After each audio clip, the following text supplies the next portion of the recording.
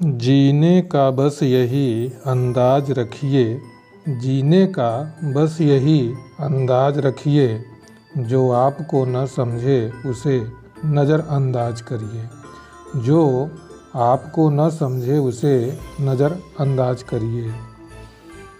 जीत और हार आपकी सोच पर निर्भर करती है, जीत और हार आपकी सोच पर निर्भर करती है।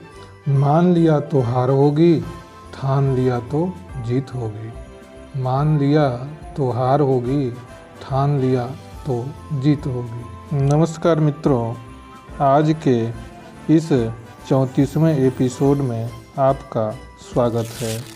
आज हम चुंबकत्व के अन्य गुणों के बारे में बात करेंगे।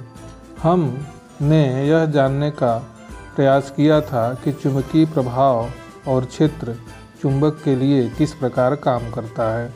अब हम यह जानने का प्रयास करेंगे, क्या चुंबकीय प्रभाव सभी वस्तुओं के आर पार अनुभव किया जा सकता है। इसके लिए हम एक प्रयोग करते हैं। एक छड़ चुंबक लेते हैं, उसके सामने कुछ दूरी पर अर्थात कुछ चुंबकीय क्षेत्र की दूरी पर कंपास सुई रखते हैं। हम देखते हैं कि सुई विक्षेपित हो जाती है। अब कंपास सुई और छड़ चुंबक के बीच बारी बारी से लोहे की वस्तु, चादर, कांच की प्लेट व दफ्ती का टुकड़ा करके हम रखते हैं।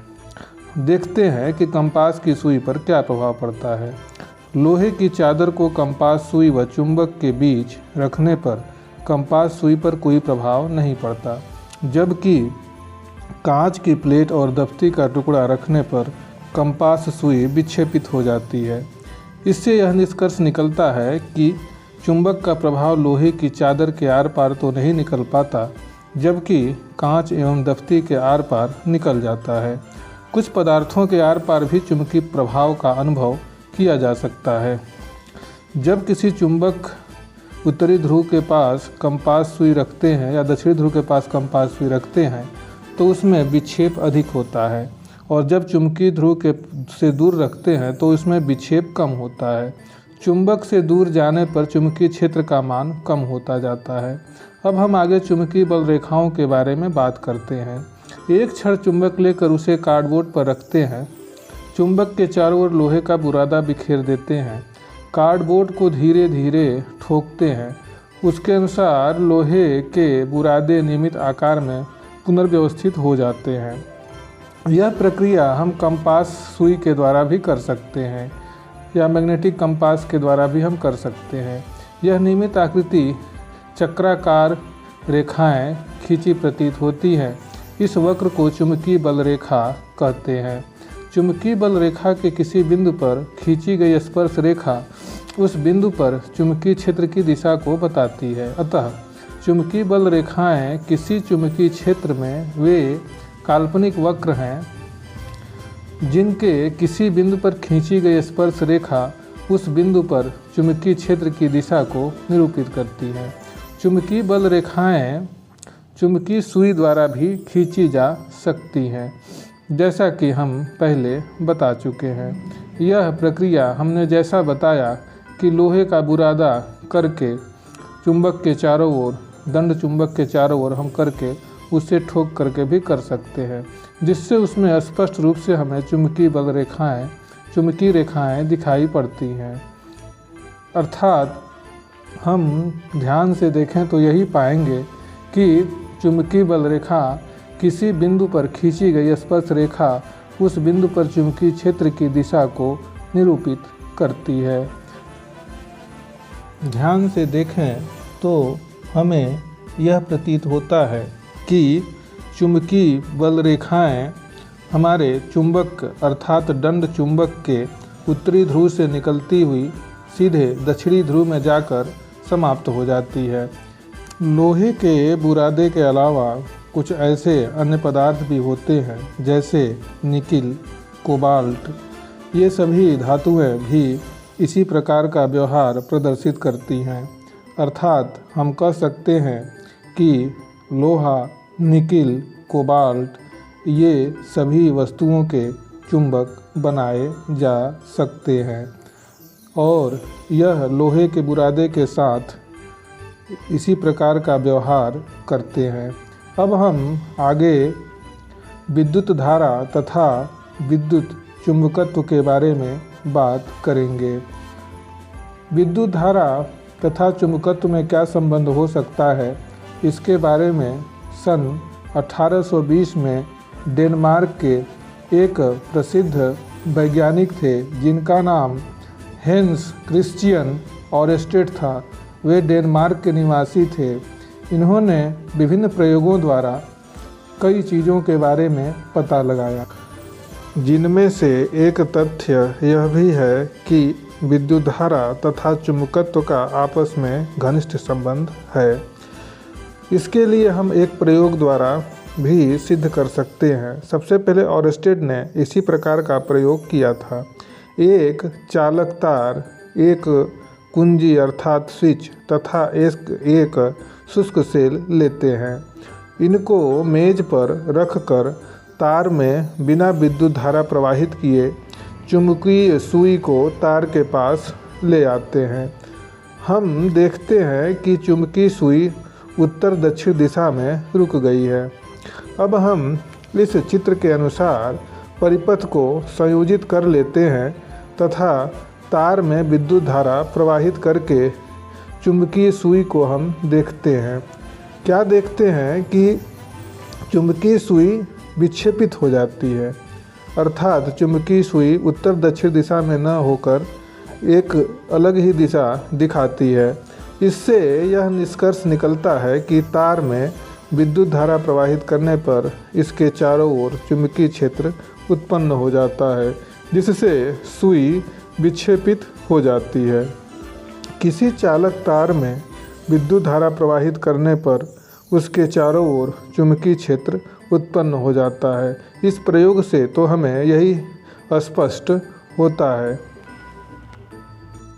अब हम आगे विद्युत चुंबक के बारे में बात करेंगे। यदि लोहे के बेलन अर्थात लोहे की कील या नरम लोहे की पट्टी पर धातु के तार को कुंडली नुमा लपेटकर उसमें विद्युत धारा प्रवाहित किया जाए तो लोहे का बेलन या पट्टी या कील एक अस्थायी चुंबक की तरह कार्य करने लगता है। धारा का प्रवाह बंद करते ही लोहे का चुंबकत्व लगभग समाप्त हो जाता है। ऐसे चुंबक को हम विद्युत चुंबक कहते हैं। यह हमेशा विद्युत चुंबक विद्युत धारा प्रवाहित करने के बाद ही उस कील या लोहे की किसी वस्तु में ऐसा होता है। विद्युत चुंबक के इस आधार पर कई उपयोग हैं। विद्युत चुंबक का प्रयोग हम अपने दैनिक जीवन में कई स्थानों पर करते हैं। विद्युत चुंबक का उपयोग लोहे के अत्यधिक भारी सामान को उठाने में, लोहे की छीलन तथा उसके टुकड़े आदि को उठाने में भी किया जाता है। इसके लिए हम बड़े बड़े स्क्रैप आयरन के जो ढेर होते हैं उसमें हम विद्युत चुंबक का प्रयोग हम करते हैं। और भी कई ऐसे उपयोग हैं जिनका दैनिक जीवन में विद्युत चुंबक का उपयोग होता है, जैसे विद्युत चालित उपकरण। इसमें कई तरह के विद्युत उपकरण आते हैं। जैसे हम आगे यदि बात करें तो विद्युत घंटी, टेलीफोन, पंखा, मिक्सर ग्राइंडर, ये सभी ऐसी वस्तुएं हैं जिनमें विद्युत चुंबक का प्रयोग होता है। और भी कई ऐसे दैनिक जीवन के उपयोग की वस्तु हैं, जैसे कपड़ा धोने की मशीन और हम वॉशिंग मशीन या फ्रिज, कई जगहों पर हम विद्युत चुंबक का प्रयोग करते हैं। यहाँ तक कि दैनिक जीवन उपयोग में लाने वाले मेडिकल के अर्थात चिकित्सा क्षेत्र में, जैसे हम सीटी स्कैन करने में या मैग्नेटिक रेजोनेंस इमेजिंग तकनीक में भी इसका प्रयोग करते हैं। उद्योग में भी अचुंबकीय पदार्थों से चुंबकीय पदार्थों को अलग करने के लिए भी हम विद्युत चुंबक का प्रयोग करते हैं। हम किचन के सामान में भी हम विद्युत चुंबक का प्रयोग करते हैं। यहाँ तक कि परिवहन के कई साधन जैसे बुलेट ट्रेन, सामान्य ट्रेन और बस, गाड़ी या हवाई जहाज़ के सभी कलपुर्जों में भी हम इसका प्रयोग, विद्युत चुंबक का प्रयोग करते हैं। वह चाहे हेडफोन या मैग्नेटिक कंपास या कई अन्य सामान जिसमें हम दैनिक जीवन में विद्युत चुंबक का प्रयोग करते हैं। उद्योगों में अचुंबकीय पदार्थों से चुंबकीय पदार्थों जैसे लोहा, निकिल, कोबाल्ट को अलग करने में भी इसका प्रयोग किया जाता है। शरीर के घाव एवं आँख में पड़े लोहे के छोटे छोटे कणों को निकालने में डॉक्टर इसका उपयोग करते हैं। और भी कई ऐसे सामान हैं जिनमें विद्युत चुंबक का उपयोग होता है। अब हम विद्युत चुंबक के अन्य संयंत्र जैसे विद्युत घंटी के बारे में बात करेंगे। विद्युत घंटी एक लोहा का क्रोड होता है जिस पर धारा प्रवाहित धातु के तार की कुंडली लिपटी होती है। यह विद्युत घंटी एक प्रकार से हम सामान्य घरों में इसका उपयोग करते हैं। विद्युत घंटी का यदि हम कार्यविधि एवं संरचना देखें तो पाएंगे कि विद्युत घंटी एक नरम लोहे के क्रोड पर तांबे का तार उस पर लिपटा होता है। यह एक विद्युत चुंबक की भांति कार्य करता है। एक आर्मेचर जिसके एक सिरे पर हथौड़ा जुड़ा होता है विद्युत चुंबक के निकट इसके ध्रुवों के सामने रखा जाता है। जब कुंडली से धारा प्रवाहित होती है तो यह एक विद्युत चुंबक बन जाती है तथा लोहे के बने आर्मेचर को अपनी ओर आकर्षित करती है। फलस्वरूप आर्मेचर चुंबक की ओर आकर्षित हो जाता है। इस प्रक्रम में आर्मेचर के सिरे पर लगा हथौड़ा घंटी से टकराकर ध्वनि उत्पन्न करता है। घंटी को लगातार बजने योग्य बनाने के लिए किसी ऐसी युक्ति की आवश्यकता होती है जो हथौड़े को आगे पीछे करे। इस युक्ति को अंतरायित्र कहते हैं।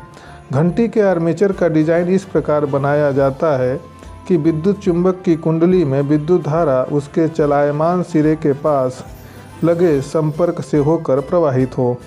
जब विद्युत चुंबक आर्मेचर को अपनी ओर खींचता है तो इससे जुड़ा संपर्क भी इसके साथ ही खिंच जाता है। परिणाम स्वरूप परिपथ टूट जाता है तथा विद्युत चुंबक की कुंडली में धारा प्रवाह रुक जाता है। जैसे ही विद्युत चुंबक अपना चुंबकीय गुण खोता है यह आर्मेचर की अपनी ओर नहीं खींच पाता। तब आर्मेचर से जुड़ी कमानी इसे अपनी ओर खींच लेती है जिससे संपर्क अपनी पूर्व स्थिति में आकर परिपथ को पुनः पूरा कर देता है। इस प्रकार कुंडली में विद्युत धारा पुनः प्रवाहित होने लगती है। यह चक्र स्वतः चलता रहता है। अब हम यह जानने का प्रयास करेंगे कि पृथ्वी का चुंबक की भांति भी क्या व्यवहार होता है। हमारी पृथ्वी इस प्रकार व्यवहार करती है जैसे इसके अंदर एक बहुत शक्तिशाली चुंबक रखा हो जिसका दक्षिणी ध्रुव पृथ्वी के उत्तर ध्रुव की ओर तथा उत्तरी ध्रुव पृथ्वी के दक्षिण ध्रुव की ओर हो। इसकी पुष्टि निम्न तथ्यों से होती है। यदि हम एक प्रयोग करें और उसमें देखें तो पाएंगे कि स्वतंत्रतापूर्वक लटकी हुई चुंबकीय सुई का उत्तर दक्षिण दिशा में ठहरना, पृथ्वी के में गड़े लोहे के टुकड़े का चुंबक बन जाना। जैसा कि हम जानते हैं कि पृथ्वी चुंबक की भांति व्यवहार करती है जिसका दक्षिणी ध्रुव पृथ्वी के उत्तरी ध्रुव की ओर तथा उत्तरी ध्रुव पृथ्वी के दक्षिणी ध्रुव की ओर होता है। इसके लिए हम एक ऐसा क्रियाकलाप करते हैं जैसे लगभग हम 15 सेंटीमीटर लंबाई का एक बड़ा चुंबक तथा लगभग 5 सेंटीमीटर लंबाई के छोटे छोटे चुंबक लेकर हम एक डब्बे में चित्र के अनुसार बनाते हैं। बड़े चुंबक के ऊपर छोटे चुंबक को विभिन्न स्थितियों में हम लटकाते हैं। ऐसा इसलिए करते हैं कि जिससे हम सिद्ध कर सकें कि पृथ्वी भी चुंबक की भांति व्यवहार करती है। पहली एवं पांचवी स्थिति में छोटा चुंबक ऊर्ध्वतल में, तीसरी स्थिति में क्षैतिज तल में एवं दूसरी एवं चौथी स्थिति में क्षैतिज तल के साथ किसी निश्चित कोण पर झुका हुआ दिखाई देता है। जब स्वतंत्रतापूर्वक लटके हुए किसी बड़े चुंबक को पृथ्वी तल पर उत्तरी गोलार्ध से दक्षिणी गोलार्ध की ओर ले जाते हैं, तब दंड चुंबक उसी भांति व्यवहार करता है जैसा कि बड़े चुंबक के ऊपर छोटा चुंबक व्यवहार करता है। इससे यह निष्कर्ष निकलता है कि पृथ्वी चुंबक की भांति व्यवहार करती है। तो मित्रों, आज के इस चुंबकत्व के 34वें एपिसोड में बस आज इतना ही। उम्मीद है कि चुंबक के चुंबकत्व के सभी गुणों से आप परिचित हो गए होंगे और आपको वीडियो अच्छा भी लगा होगा। धन्यवाद।